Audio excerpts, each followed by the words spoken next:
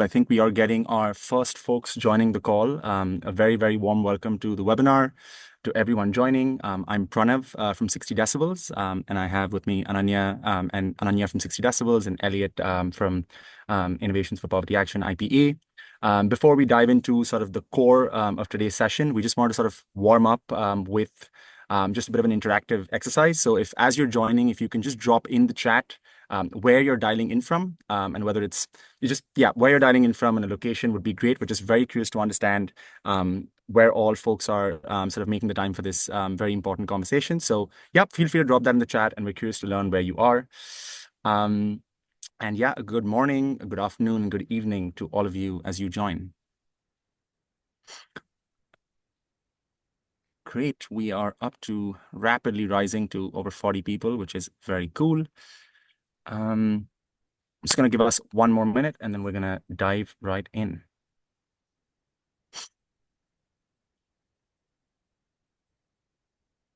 Fantastic. Thank you, Anna. And Lisbon, India. India. Great, great, great. Awesome.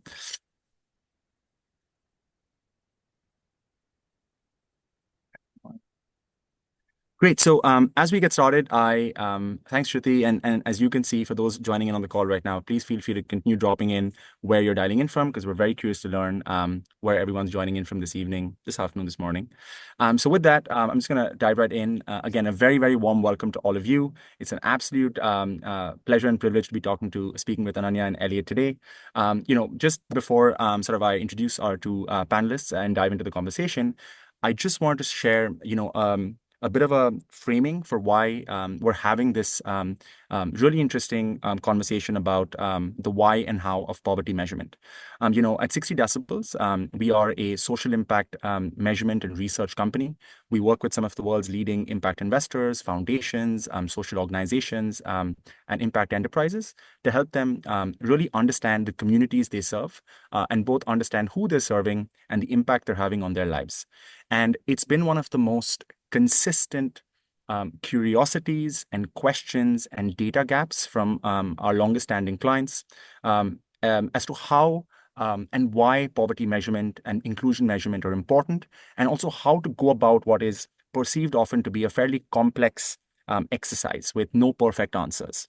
And so it's it's almost like when Ananya and I were chatting about it, felt like it's a long time coming, that this is one of those questions that's been on a lot of people's minds, and I think it's well reflected in the interest in today's webinar. So the context there really is, it's been an unmet need and something that a lot of folks who care about making the world a better place are really curious to learn more about. And so that's why this is the first of a two-part series, where today we're going to focus on the why and how of poverty and inclusion measurement, and then hoping to have a second session which really goes into the so what. So once we actually receive data, what we do with it and how we make it useful in the service of making the world a better place. So that's really the framing.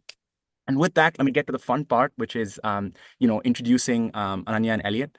Ananya has been a colleague and friend at 60 Decibels for several years now. She leads some of our most interesting work across multiple sectors, one of which comes to mind being financial inclusion, but also several others. She's sort of managed some of our leading sort of relationships in terms of thinking about impact measurement for impact investors, foundations around the world. So I'll actually just pause to let Ananya introduce herself and then move to Elliott. Ananya? Thanks, Pranav. That's really helpful. Hi, everyone. This is Ananya. I'm from the 60 Decibels team. I'm a manager here. I'm based out of our New York office. I've been at 60 Decibels for over 4 years now, and my background is primarily in policy research and data. At 60 Decibels, I've worked on, like Pranav said, impact measurement projects across different sectors, primarily financial inclusion. And apart from that, I also focus on methodologies at 60 Decibels. And as part of that, I oversee a content-related bits, specifically related to benchmarks. Probably a lot of you must have heard about it. 60 Decibels has been talking about benchmarks for a while now. And another thing that I primarily focus on are poverty measurement methods at 60 Decibels, and which is why we're here for. Today, I'll be going over and giving you a sense of how we as practitioners engage with these poverty measurement tools, what are some of the things that are top of mind for us, and what has been our experience on the field. So I'm happy to share those experiences with you all today. Wonderful. Thanks a ton, Ananya. And then Moving quickly to you, Elliott, it's just been, I again, for those of you who don't know Elliott, he's, really a leading sort of researcher when it comes to all things poverty and inclusion measurement. We've had the pleasure and privilege of working with Elliott over the last several years in the development, not the development, but rather the use and application of the PPI tool, which I know he's going to talk to you a lot more about. But really, IPA as an institution, and Elliott in particular, has been an incredible thought partner and sort of collaborator with us on all things poverty measurement. So, Elliott, if you could just introduce yourself, and we can go from there. Certainly.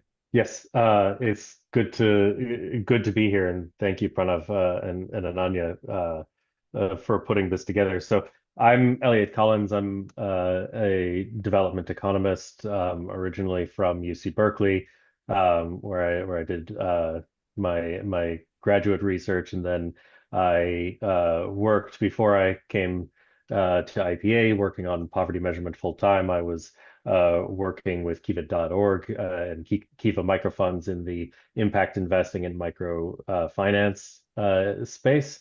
And so I've thought a lot about what is the right way and the right reasons to measure poverty and measure household welfare for contexts like that.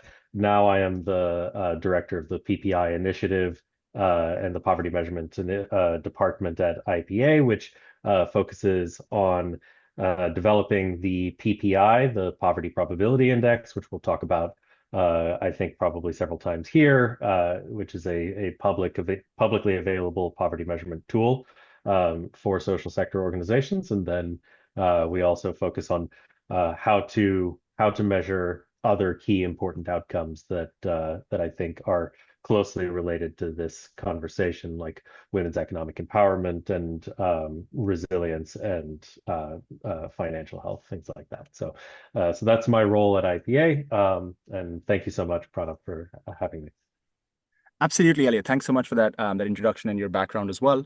And I just realized that in the excitement to introduce both yourself and Ananya, I didn't sort of fully introduce myself. And so, for those of you who don't know me, I have been with 60 Decibels for about 5.5 years now. I was actually on the sort of services and impact measurement side until a couple of years ago, but now focus more of my time on sort of growing 60 Decibels' work, especially in Europe and Asia. So, bringing in more sort of impact-focused clients who want to listen to the communities that they serve, and also, secondly, focus a lot of my time on financial inclusion. And last but not least, I'm particularly excited about working with our clients to really make the data useful, actionable, and driving more sort of impact-oriented decision-making within their organization. So that's really me as well. And so with that, I think we can dive in. I think a couple of housekeeping things that I have written down are: one, please don't hesitate to drop any and all questions that you have in the Q&A that you see, in the bottom of your screen.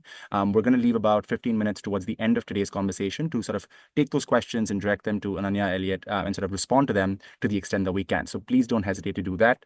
And yeah, I think we're good to go. So, I'm gonna sort of, in terms of the next sort of 35 odd minutes, we're gonna spend about 10 odd minutes on the why of impact and inclusion, of inclusion measurement and how it differs from impact measurement, and then actually go into a bit of the detail of the PPI and the how of that measurement. And in order to really anchor the conversation, I'm going to quickly share my screen with certain sort of definitions that we felt in preparation for today's conversation would be helpful grounding to sort of make sure we're all aligned on what we mean by the important terms we're all using today. So the first one right up top is poverty rate. And I just want to sort of emphasize that here we're talking about the proportion of people in a group or in a community whose ability to meet certain essential needs is below a certain recognized standard, which is often defined either by governments or by international organizations like the World Bank. And so we just want to align on the fact that there might be slightly varying definitions, but that's what we're working with today. And we're trying to sort of understand that prevalence in a greater level of detail. The second is inclusion. And this is something that, again, is a very intensely debated subject. And we recognize that it has many connotations and implications. It could include other forms of various forms of inclusion with regards to disabilities, gender, underrepresented communities.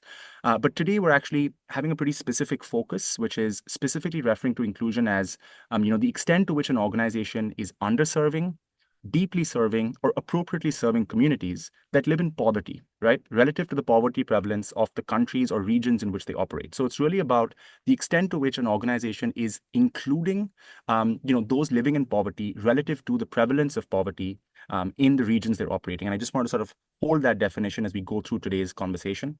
And last but not least, we want to sort of distinguish this from impact, which, as defined, as the way we think about it, 60 decibels, and, I've also listed a source here, which we're happy to share, is really about changing an outcome that's caused by an organization. And that's also how the IMP, the Impact Management Project, defines it. It could be a positive or negative sort of outcome change, or an intended or unintended one. And today we really do want to emphasize the distinction between, impact and inclusion, and that's going to be over the next few minutes. So that's really, poverty, inclusion, and impact. And actually, before we dive in, I would love to hand it to Ananya to sort of actually unpack impact for us a little bit more, and what it really means, and what it in fact doesn't mean. So we get that clear before we move to Elliott. Yeah, thanks, Pranav. I think that's a really helpful overview. Some of the things that I actually wanted to chat about real quick were just these terms that we often hear in the sector, terms like output, outcome, and impact. And I think for the purposes of today's session, it'll be helpful for us to align on what we mean by these different terms. Of course, this depends a lot on the theory of change, but I'll be using an example to explain what these different terms could mean. I'm actually going to use an example of a recent study we did with a social enterprise based in Malawi that was actually interested in, addressing the problem of smoke inhalation and poor health of households who rely on open fires for cooking. And the product that they have was clean cook stoves.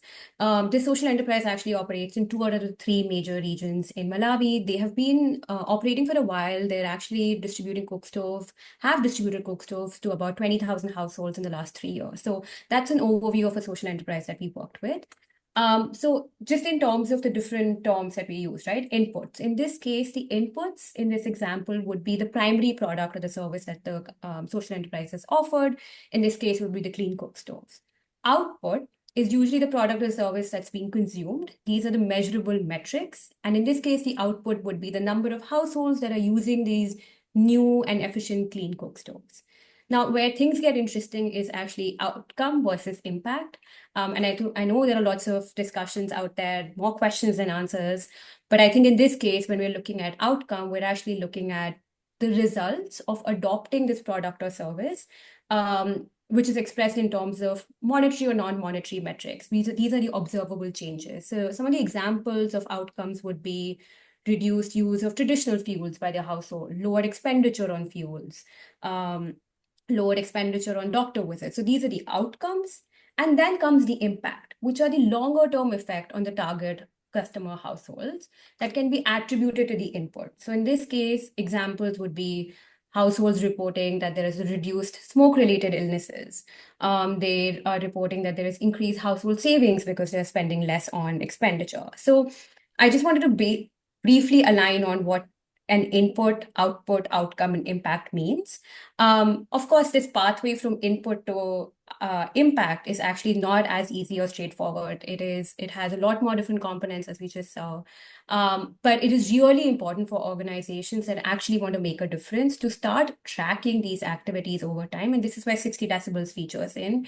We focus, our work helps at this outcome and impact measurement through our work. And through our surveys, we're able to measure the outcomes and then make that connection to impact. So I just wanted us to align on these different things before we dive deeper into poverty measurement and how we feature and what are the different tools we used. Fantastic. And I really, really appreciate that overview, because I think one of the things we, as you rightly pointed out, are always curious about is how do we, move from the abstract notions of all of these terms to specific real examples and actually highlight how they differ between an output and an outcome and an impact itself. So thank you so much for that overview. And I think, again, really helpful framing and grounding. Elliott, would love to hear from you if you had any sort of reflections on sort of the definitions of poverty and inclusion, and perhaps situations or circumstances in which they sometimes get misinterpreted or confused across these three terms. Sure. Yeah.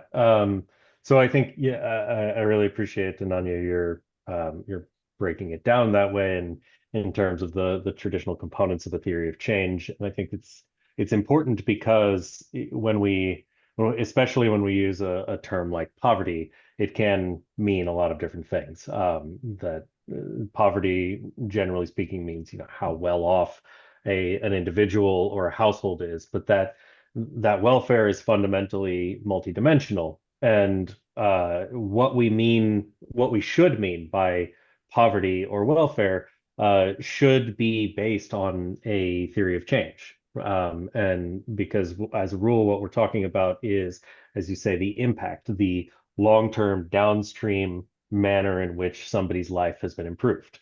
Mm-hmm. And some interventions are going to be improving people's lives by directly improving their health, others by increasing their income, and others by not changing their income, but making it possible to better manage their income with financial tools or something like that. And so those can all be legitimately understood as welfare or welfare improvement or poverty reduction in some way. And so not only what you should be measuring, but what you should even be thinking about is determined by your model of impact. And so that Right. I think is something that we'll be coming back to a lot is that it's important to start before you get into business and before you start a new project to have a clear and evidence-based model of impact Mm-hmm. in front of you that you can think about. And the definition of poverty follows from that. So usually what we're talking about when we say poverty is monetary poverty, and Mm-hmm. especially the overall daily control over resources that somebody has in Mm-hmm. order to meet their needs. And Mm-hmm. that's why we measure it in terms of consumption Mm-hmm. or income or expenditures Mm-hmm. and concepts like that. And so we can talk about the distinctions between something like Absolutely. that and wealth or multidimensional poverty Right. as we go on. But yeah, what we should be measuring depends on what impact we think we might actually have about on the lives of the people we're trying to help. Got it. No, super, super helpful, Elliot. And I think that I definitely, we're going to be holding that thought about how to measure poverty, specifically monetary poverty, and the use of expenditure, consumption, income, wealth, in just a few moments when we get to the how. But really, really appreciate that sort of starting point. And then I actually just wanted to come back to you because I think this is where now having the framing of the definitions, a practical example from you, as well as Elliot, you talking about that emphasis, at least in this conversation about monetary poverty and how that should come from the theory of change and what you're trying to achieve. And then now I'd love to understand now, coming to the core of the first question, why do we think it's important and essential to measure poverty and inclusion, and how does that differ from what you described to us with regards to outputs, outcomes, and impact? How do they relate to one another? And if you can just talk us through that a little bit. And that's a really great point. And I think that's a very important question and primarily forms the core ethos for us at 60 decibels. We can start by measuring these outputs and outcomes, but are we actually creating the intended impact? Like, are we doing it in the most inclusive way possible? Are Mm-hmm. we reaching those who are previously underserved? I Mm-hmm. think that's really critical. And I'm sure everyone here would agree that understanding who you're serving is critical for impact measurement. Now, where does like inclusion and poverty feature in this whole discussion is usually like using the example that I talked about. The social enterprise that I was talking about that offers cook stoves could be operating in regions that are financially better off and might be serving households that can afford to transition from open fires to clean cook stove technology. But when we come in and do this impact study, when we look at these outcomes or these impact metrics like reduce smoke related illnesses, check, we measured that. Increase household saving, check, we measured that, and we were able to see that. But were they actually serving households that needed this support? Were they actually serving households that did not have access to finance and as a result could not make that transition? And that's where this inclusion feature is in. Like, are the social enterprises actually reaching those poor households that are unable to make that transition? Mm-hmm. And I think to measure that, that's where tools like Poverty Probability Index, PPI, that IPA has built is fantastic because it helps us get at those concrete measures of Mm-hmm. understanding who you're serving. Mm-hmm. I think one thing that I wanted to briefly talk about is historically proxies are used. Proxies about regions, urban, rural, and these help us get a fair understanding of the economic distribution. I'm not saying these are not helpful, proxies do have a role to play, but they are assumptions. In the example that I gave, it could be that the household is residing in a most prosperous region, but they are actually low income. They are probably in like there are other aspects that intersect, could be from a social classes, so on and so forth. There are different aspects. Mhm. And I think in today's world, what we really need are like these tools that are sophisticated, consistent, and trackable that help us get a clear picture. And I think that's where PPI tools like these are helpful so that we're not just making assumptions based on proxies, we're Mhm. actually getting concrete data that often, a lot of social enterprises or the private sector funds and companies that we're working with are really interested in. Yeah. So super, super, super interesting, Ananya. So just to summarize that back, if I could, is, it's one thing to be having a deep impact, which is measurable deep impact, but it's a related but different thing to ask and answer the question, who is that deep impact on? So that's the first thing I'm really taking away, which is, is that on sort of the target low income and poor communities, or is it not on them? Because it's a related but not the same thing, is one. And the second, and this is where I'd love to segue to you, Elliot, is thinking about the question around, there are assumptions, hypotheses, and proxies that organizations tend to use. As we're all aware, sometimes they work to an extent, but they also have gaps because you could be operating in a low income state in India, but operate, serving the higher income communities within that state because of the law of large numbers in some sense. And so, Elliot, curious to hear from you, A, about the evolution of poverty measurement that you've seen at IPA, and also touching a little bit upon this, like the question really, the why you at IPA spend so much time, resources, and sort of build these research methodologies to why is it so important to do all of that? Uh, so what was the first question? Because I think the Great. second I one got I can. obviously overexcited and asked you two questions in one go. So I'm going to ask you Yes. actually, if you can take the second one first, which is why do you believe poverty measurement is important? And the second one being, if you can give us a bit of a journey of how you've seen poverty measurement evolve from Yes. being more proxy oriented to being hopefully more a bit more accurate. Those are the Yeah. two questions. Yeah. So I think the the the question of why is IPA investing in poverty measurement and measurement of outcomes is a really important one. And it goes back to, I think, a key distinction that you brought up, which is that there's a difference between asking how inclusive is a given product or intervention versus how impactful it is, right? And that's a really important distinction that we think about it a lot at IPA, both in our impact evaluation division and in our M&E division, and also in our research methods division, which is where the poverty measurement Hmm. team lives. And so I think, often um, impact investors and impact-oriented organizations often start by thinking that to be a mission-driven organization means we need to be measuring impact, right? Hmm. That we need to be directly keeping track of what impact are we having with the work that we are doing. Hmm. But the one of the core insights that I think IPA in particular has brought to the industry is just how hard it is to actually measure impact. Hmm. And that measuring impact is usually very difficult Hmm. because it requires you to have some way of understanding what would have happened had you not been there. Hmm. And when at IPA we call this a counterfactual, right? Sure. Or in an impact evaluation, we think about this as a comparison group. Hmm. And without a comparison group or some reasonable benchmark for what we think would have happened without our intervention, Hmm. then we shouldn't say that we are measuring impact. Hmm. And that I think is a really important piece of this is that that's difficult and often not where resources would best be spent. Hmm. And so instead, what we focus on is starting with a model of impact, right? Hmm. And this is why I usually start by talking about a theory of change, is because that's your model of impact.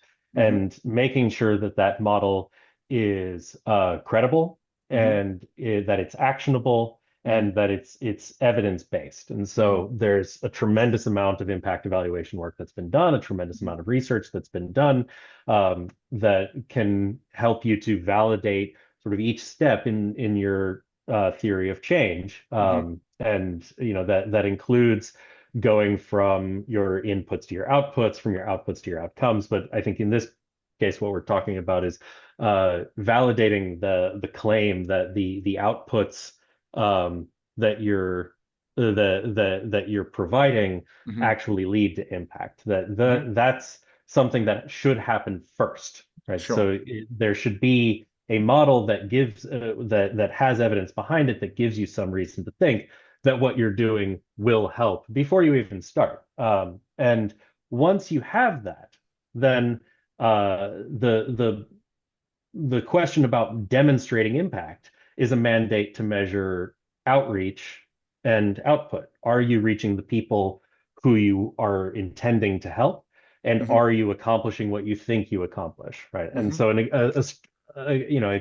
easy example of that would be if you look at an agricultural credit organization, and we can say we can point to any number of pieces in the academic literature or in impact evaluations that were published in the sector and say we have good reason to think that what we are doing is impactful. If we are reaching people in this income bracket, in this industry, in this region, then and if we are successfully driving the adoption of new technologies or alleviating credit constraints, we have good reason to think that that will lead to impact. And so half of why we do poverty measurement at IPA is to help conduct those impact evaluations, but the other half is measuring that outreach, or is speaking to that outreach step. Is not, are you having an impact right now? It's, are you even reaching the people you intended to reach? So, yeah. Got it.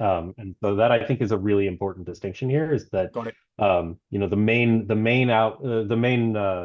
application for these poverty measurement tools is not usually impact evaluation. It's the outreach validation that was intended right in the beginning of the program. And if you don't mind, Elliott, I'll just actually pause on that second question of the evolution, because I think that can actually come in with the PPI tool itself, because I just want to sort of, at the end of this piece, just really like re-emphasize this notion of why being a function of a few different things. One, being really about really validating some of those claims that an organization might have with regards to who it's trying to reach, and then sort of going that next step of being like, okay, we had a sort of a theory of change. Let's also validate that that's also being achieved. And I think you made the interesting point, Elliott, about impact being that which is measured in comparison to a counterfactual vis-a-vis that which doesn't have that. And I think that it's one of those sort of constant attempts at innovating existing approaches to make that more available, more sort of scalable. I know at 60 decibels, Ananya, a lot of our work is to sort of use things like benchmarks, to use,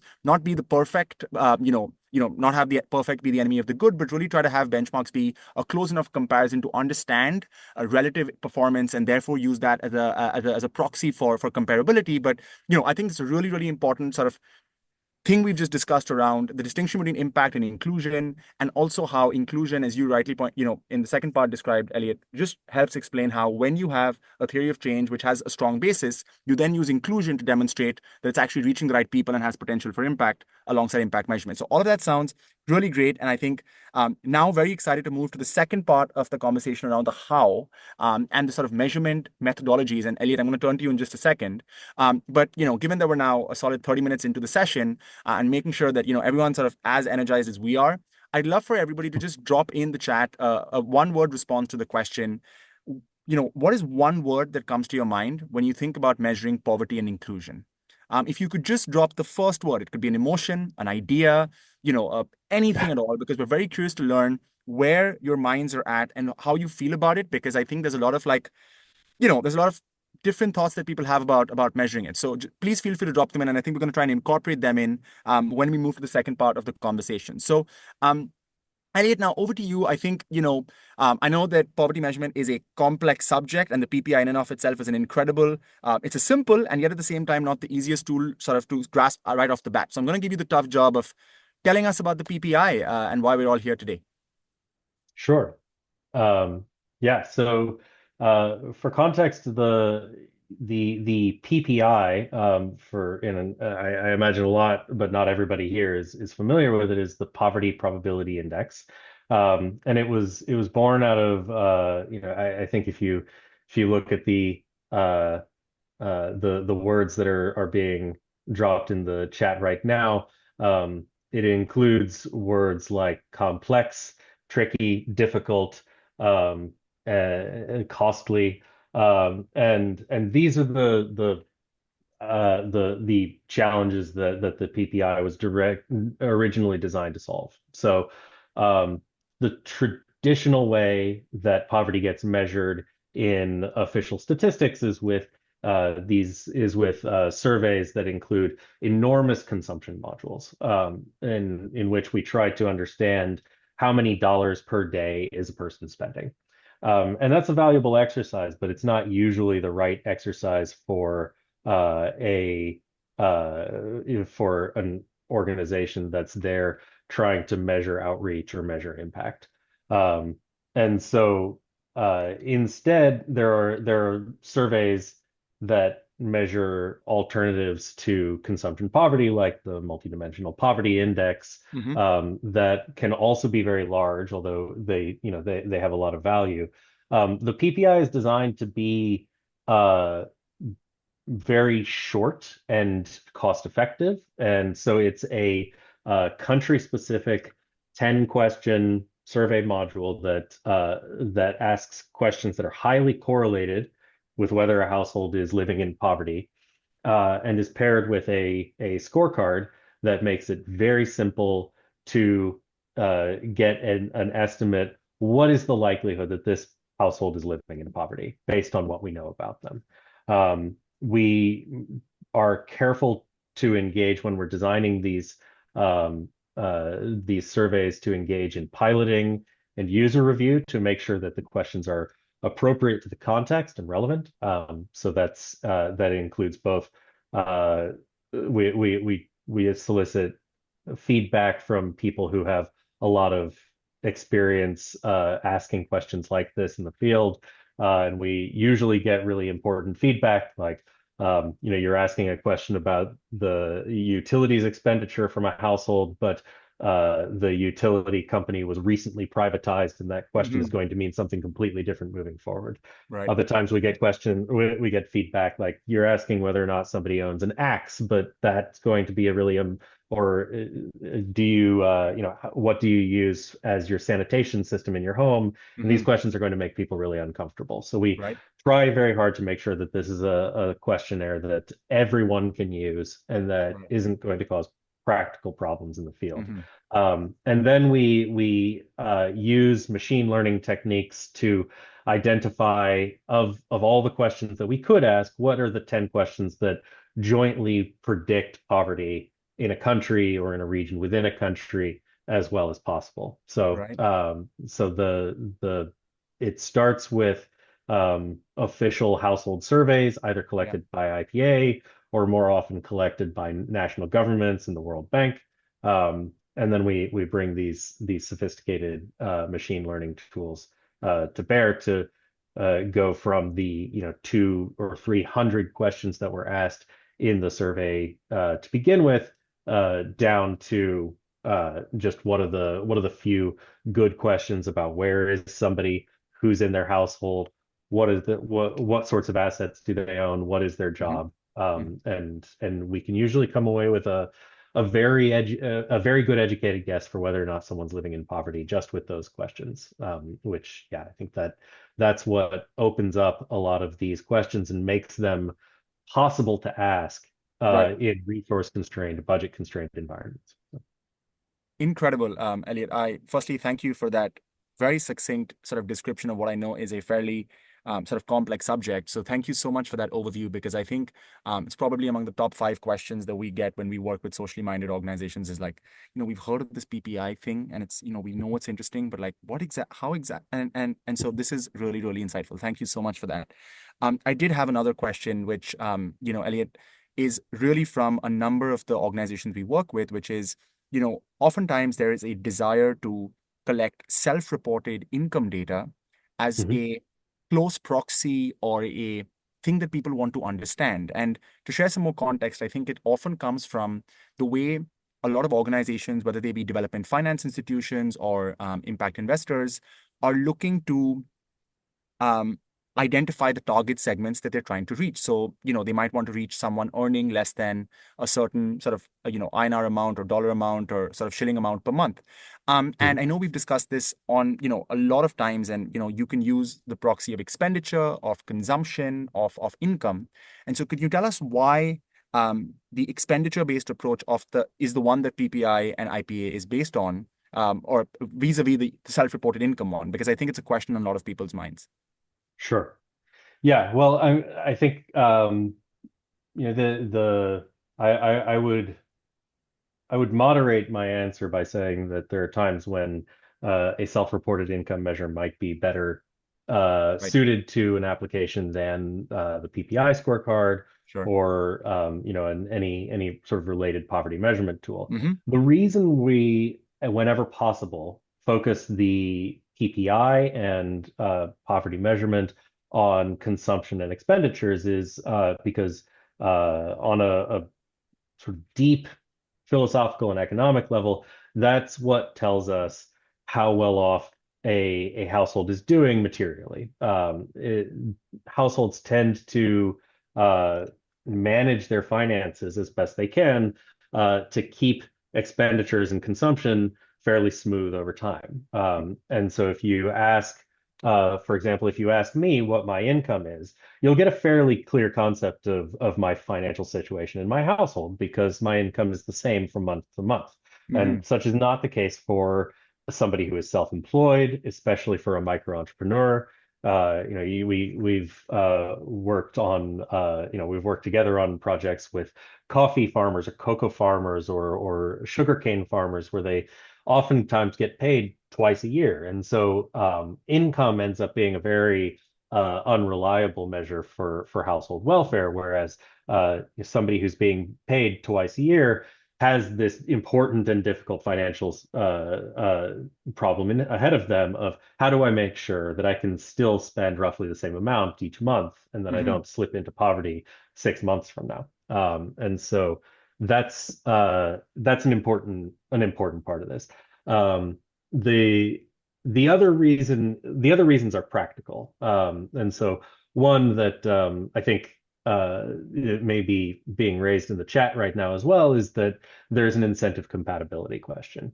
So the PPI is there in part because especially if you are collecting this data yourself as an organization rather than hiring a third party who promises to keep it confidential, and Mm-hmm. even if you do hire a third party, it's not clear whether they will believe you when you say it's confidential. Right. And that leaves you in a situation where people have a very clear incentive to underreport their income in Mm-hmm. some cases and overreport their income in Right. others. Right. Now, there's limited security in obscurity here, and so the PPI is also somewhat prone to this, but especially if it's being done in person, or especially if it's being done with somebody who you have a relationship with, asking questions like, where are you? Where do you Right. live? What kind of job do you have? How many people are in your household? We've found through research are less prone to misreporting. Mm-hmm. And then finally, there's just a precision thing that as there is a certain amount of imprecision that's added with the PPI because we're measuring this as a what's called a proxy means test, where these are correlated with poverty, but they're not perfectly correlated with poverty. On the other hand, uh, people are often incorrect or don't know what their income is. And when they do know, they may still misreport it. for Hmm. any number of reasons. Got it. And so self-reported income ends up being often a very noisy measure, right? Right. So nonetheless, I think, there are times when that's what you're actually interested in, Right. especially if you think that your impact as an organization is going to be mediated through somebody's income.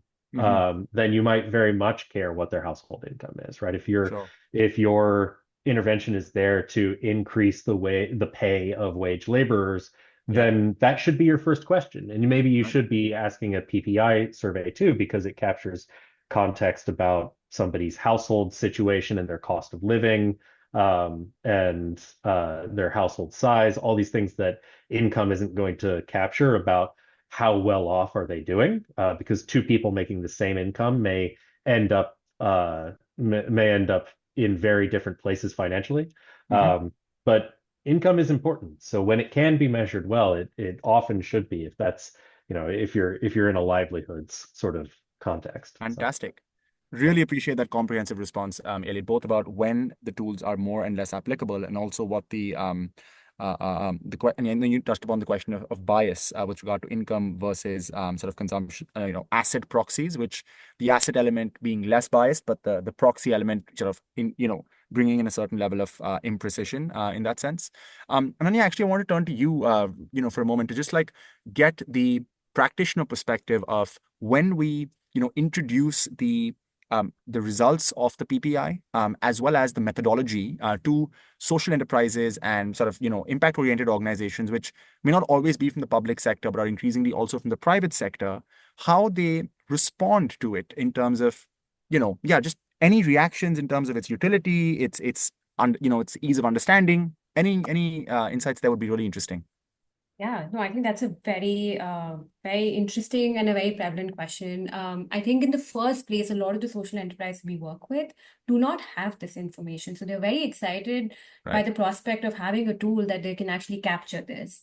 So I think there's a mixed bag of the different stakeholders we work with and the different reactions. So I think Mhm. I would just say largely there is positive experience, like positive reaction about the tool and the fact that they can actually get some data which is measurable and actionable. Right. And there are some social enterprises who find it insightful and they use it actually for their strategic needs and for their planning purposes. There are also funders and clients that we work with who use this information for their due diligence purposes. So they also find it really helpful. And I think, like, largely, there are also some stakeholder groups that we work with who are interested and are excited, but they are trying to understand more about, this data, what the different the output that we get from this data, which is like the overall poverty, overall percentage of a household living under different poverty lines. They're trying to understand what to make out of it, Hmm. but they're also largely really excited. So I think if I have to say in one line, most of the social enterprises are excited by the prospect of getting this data in the first place, and they are trying to understand how they can use this data in an actionable way to tie it back to their strategy. Fantastic. And just on that, I think it's that we're sort of planning a second session subsequently where we actually dive into that question in a lot more detail with regards to what the use cases are, what making it actionable really means, with examples of both sort of funders, investors, foundations, as well as social businesses and social enterprises and nonprofits who think about this in a meaningful way, and also being pretty honest about perhaps what the challenges are, because none of these are perfect tools, and the data isn't perfect. With I know it has its sets of shortcomings, and so in the last 2 minutes before we actually dive into the Q&A, Elliot, I'd love to hear, I guess a bit of a glimpse into what those shortcomings are, but also what the like horizon looks like for IPA with the PPI, and what you're excited about going forward in terms of methodologies, or what's waking you up in the morning to like make Mhm. it better. Sure. Yeah, no, I think that's a very good question. So where we're going in the next year with the PPI, I think, um, for one, just a pitch that uh, I would love to hear from from those who are in the chat and who are attending here, that we're developing our 2025 development agenda for the PPI right now. So every year we have to go back and figure out where can we create new poverty measurement models and modules, and tools, and so that's both country by country, Hmm. but also sector by sector, where would it be interesting to have an up-to-date, tailor-made poverty measurement tool available. And so that's something where we try as best we can to understand where is this kind of work being done? Mm-hmm. Where are the tools inadequate right now? Mm-hmm. And so that's a big part of what we're interested in. We're also, interested in how do we make sure that the PPI itself is kept available as a public good? Because Mm-hmm. a big part of the value we think is that this is available to anyone online, and so if those if those attending aren't aware, you can go to povertyindex.org and download PPI scorecards so you can understand exactly what questions are being asked and everything like that. So that's um, as evidenced by the fact that we're working with 60 decibels, it's not how most organizations use the PPI. Many of them use it through through some organization that does a broader data collection and research exercise. But many organizations build it directly into client intake forms, Mm-hmm. into monitoring and evaluation systems. It can produce a lot of value that way. The other thing we're thinking about moving forward is how to improve the PPI and sort of expand the toolkit Mm-hmm. that it provides. So Right. we one thing is what else should we be measuring? Mm-hmm. So an important feature of the PPI is that because we're looking at what are the closest correlates to poverty, we're Mm-hmm. frequently looking at background characteristics, which means it's very good for measuring poverty rates, Mm-hmm. for measuring outreach. It's Mm-hmm. less good for measuring trends over time, the Mm-hmm. one that's available online. Mm-hmm. And so we spend a lot of time building bespoke poverty tracking survey modules for those who want to be measuring change in poverty rate over Right. time. Right.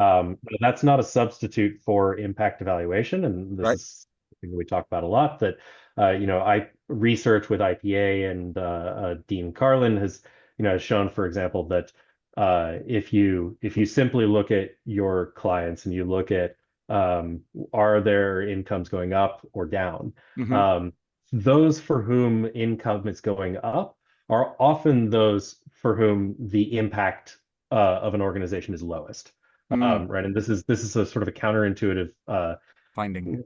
Yeah. thing that we need to keep in mind is that a lot of people don't need our help or can benefit from our help, but we're going to see their incomes increase anyways, right? Right. And oftentimes when we see somebody whose income is stable, that doesn't mean we haven't succeeded. It Right. means that we've prevented somebody from slipping into poverty. Right. And so that just another pitch for Fascinating. the importance of Yeah. counterfactual thinking in impact evaluation. But nonetheless, tracking trends over time is a really important part of understanding your community and understanding your clientele is understanding, is this generally an upwardly mobile or Yeah. a stagnant economic group?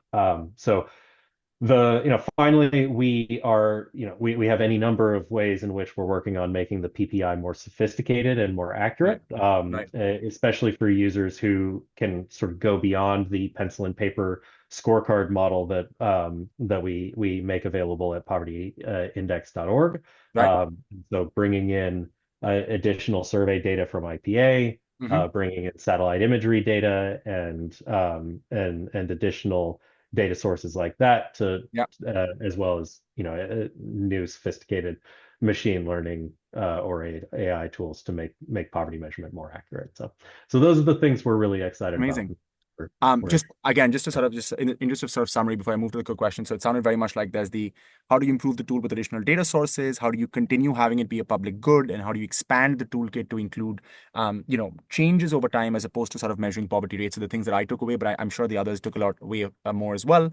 We have about 11 minutes to go, so I want to dive straight into some very, very thoughtful questions that have come in the chat. And I think the first one, Elliot, that I'd love for you to respond to is this, and it's a theme in multiple questions, which is around you know, um, I'm trying to sort of just combine them, but really it's about one, how do we ensure that these tools, which may rely on outdated national data, accurately reflect the realities in that country? So, for instance, how does it how do we ensure? So, for example, a related question is, if it's more than 5 years old or 10 years old, is there a cutoff beyond which it sort of loses its relevance and accuracy? And that's just the element around the outdatedness and the recency. And I don't know if you want to also relatedly touch upon why the questions differ by country and by region, because the point has been made that some, different people, the questions differ by country. Elliot, if you want to sort of respond to that while I sort of go through the ones, Ananya, there's a couple for you, I think. Um, yeah. So, I mean, in terms of the first question about the relevance and the how old the underlying data that we use is, that's top of mind for IPA for IPA when we're making PPI models all the time. And when a survey gets to a certain age, even if we haven't replaced it with a new one, we take it off our website or put it in an archive to sort of just indicate we're not as confident as we once were about the accuracy of this model because we think the reality on the ground may have slipped out from under us. There's some excellent research that's been done in recent years about what's called model decay, just the rate at which the accuracy of surveys like the PPI change over time. Right. And one important piece of that is that we yeah, one important piece of that is that we've very intentionally selected questions whose relationship to poverty rates is liable to be stable. So, Mm. for example, there you may find other proxy means tests that are using questions about cell phones or digital technology or internet access, and we keep those out of the model even if it's highly informative right now, because 5 years from now, there's just no telling what cell phone ownership will mean and whether it will even be an indicator of wealth, right? So we think about that a lot, but that's also why we need to keep such an eye on where can PPI models be updated, where is there new data, and it's also why we are looking at why we are experimenting with integrating additional survey data from IPA that allows us to sort of continuously update these models, as well as up-to-date satellite imagery data, which is, I think the research shows, limited in its ability to track poverty at the household level, but Mhm. can track sort of larger trends over time to keep the PPI relevant and accurate. So. Got it, got it, got it. So just to confirm again, just to sort of make sure I'm sort of simplifying it to the extent that I can, Mhm. Elliot, one is so there's an element of like using stable indicators that to the extent sort of, relative to the decay models that you sort of analyze, you feel like those are actually pretty stable measures of poverty. And the second one being you are looking at other data sources, I guess, and I know this is a tough one to answer, Elliot, but I just want to sort of check in again, I guess, is, to some extent, it like when you don't actually have updated nationally, representative surveys from governments, etc., Mhm. is it fair to say that that's, one of those, things that you're kind of dependent on because that's the, best data sources available for at scale consumption and expenditure data that you can correlate with? Or, is that basically, because I just think that's an important Yeah. acknowledgement and thinking about what Yeah. drives our approach. No, that's very good. So where we are able to use recent nationally representative household survey data, Yeah. we usually do because Okay. they tend to be pretty high quality survey projects. Yeah. Uh, where we can't, we're fully capable of using recent data that was collected by IPA, where we have Okay. permission to do so. Fantastic. And so and even data that's that's collected by an organization themselves, then Okay. where we can we can work with somebody to collect a bunch of fairly detailed data about, say, self-reported income or more accurate and rigorous income measurement, Right. um, and figure out what's the right way of doing this in your context. One of the powerful pieces of that is that it also, if we're using uh, primary data that was collected, for purpose, Hmm. is that we can design both the surveys around that, and we can make sure that the questions that are being asked are highly relevant to the context, right? And that's especially important because if you're using a nationally representative data set, Right. things you're that then fairly little of that data set is going to be people who might work with your organization. Right. You know, if you're, an ag tech finance organization, most of the National Statistics Bureau household survey for measuring national poverty rates are going to be people who are completely irrelevant to your context. And so Sure. going and deeper and asking questions that are very relevant to your clientele is a really powerful exercise. Got it. It's more costly, but but where it's possible, You can do it. it's our preferred approach. Yeah. Great. Great.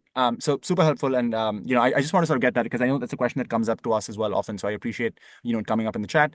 Ananya, quick one for you. I know that you're sort of scrolling through the questions as well, but I think, I guess one of the questions that came up specifically is to what extent can 60 decibels engage with community members to build their capacity in utilizing skills and tools for effective poverty measurement? I just want to expand that to say, how can we support a range of organizations, the community, the social enterprises, as well as the investors and funders to be more fluent in this? And I'm curious if you had any reflections or thoughts about 60 decibels' role or what's really required to make that more, to make the general awareness and skill set go up with regards to use of poverty data. Ananya? Yeah, I mean, I think I'll try my best to answer that. I think there's a lot to uncover in that question, but I think in the simplest, I think I want to start off by the way this data is collected, and then go about how this data can be used. So the way this Yeah. data is collected, in actually IPA provides this interview guidance that tells us exactly how these questions should be asked. Like Elliott mentioned, a lot of these questions are context specific. They have a lot more detail that the enumerators that collect this data should know before they ask these questions, because government policies have an impact on a lot of these asset-based questions, or like these questions we have. So I think there's one thing about the interview guidance that is being that informs the way this data is collected and should be kept in mind if any organization is collecting this data. Right. Now, about the utilization of this data and how the communities can use that, community, social enterprises, I think there's a lot to do in awareness and like generating awareness of how to use this data. And I think there was a question about what is the end result of when someone uses PPI, what does the end result look like? What do the results look like? We'll be doing a follow-up session, just diving deeper into all of that. But at the end of the day, what the PPI tools helps us get at is the percentage of the households that are living under a specific poverty line. And I think that is helpful information for the end stakeholders we work with, trying to understand what is the poverty profile of these of the end customers, the beneficiaries they serve. So I think it's about generating awareness and what that data means and how that data could connect to what the organization is serving. That's just a very short way of answering that big loaded question, but I think this is a very important one, and we would probably uncover this in future sessions. Thanks so much, Ananya, and spot on. We're definitely gonna. I think that was a great question to sort of think about what we present there in terms of what what the results of that data look like, and how to make sense of it before we go into the so what. So that's a great call. So thank you for that question. I'm conscious of time, but Elliot, I got a really interesting question, which I think is quite relevant, which is, do you think the machine learning techniques used have inherent biases when deciding the most appropriate questions for the PPI? And then relatedly, this is a broader, bigger picture question, but also something I guess on people's minds is, are the sort of latest, tools on AI and the LLMs, having any impact on the way you use that for the development of the PPI? But curious to hear just, a few thoughts, and then we can wrap up. Sure. Well, for the first question, whether there are inherent biases, I think much more important than any of the biases that are built into the methods and the tools are the biases that are built into the data. And so, I think, for the most part, the machine learning tools that we're using are just math, right? And which means for the most part, they aren't inserting biases, but they are preserving the biases that were there in the original data set. And there are places where we have to stop and ask ourselves, do we even believe the data that's being published? We've had that criticism, especially from organizations working in areas where there's concern about government manipulation of the accuracy of the data.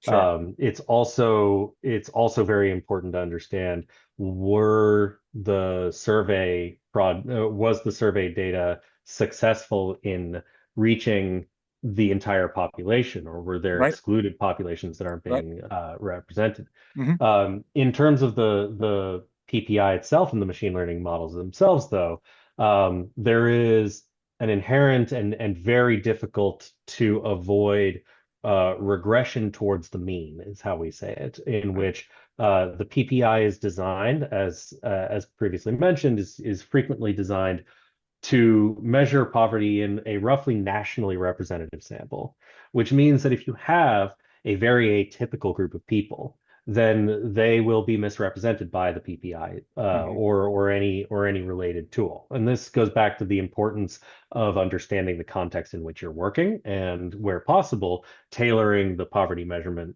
tools that you Right. have to that, right? Right. So if you're the key examples are highly poor, like very low income populations in urban areas. So Right. if you live in the capital region and where incomes are on average the highest, but you are working in a slum Right. where poverty rates are very high, you need to be very aware that a tool meant for the average Indian citizen or the average Kenyan citizen is going to be missing your Absolutely. population entirely. In terms of future impact from AI and LLMs, I mean, I think the main application right now on our end is just reducing the time and cost required to build these models. Sure. It doesn't change the methodology so much, that it just changes the production process. Although I Great. know that the process for collecting data at 60 decibels Yeah. may be at some point fundamentally transformed by LLMs. So I'll leave that to you. Appreciate that. No, and actually, that's definitely one of the things we're sort of exploring at the moment. But I think I'll just sort of pause at this point because I know we're just at time. But just firstly, a huge, huge, huge thank you, Elliot and Anna, for joining this conversation and for all of the preparation, sort of in getting it going. A big, big, big thank you to all of you who took time, wherever you are at whatever time it was, to sort of join this conversation and share your very valuable questions and comments in the chat. I know we touched upon many of them, definitely missed a few of them. So, there's certain questions. Feel free to reach out subsequently after the webinar itself. Just want to quickly let everyone know that we will be sharing a recording of this webinar with all of those who registered, because I know there were many who couldn't make it given the time zones and things like that. So just want to let you know of that. And the last thing we leave you with is there's definitely going to be a follow-up webinar to go into the details of what the data looks like, and the so what from the PPI, and how do we make it actionable. So stay tuned for that. But otherwise, again, a good morning, good afternoon, a good night to all of you, and hope to see you again soon. Bye-bye. Thanks, everyone. Thanks, everyone.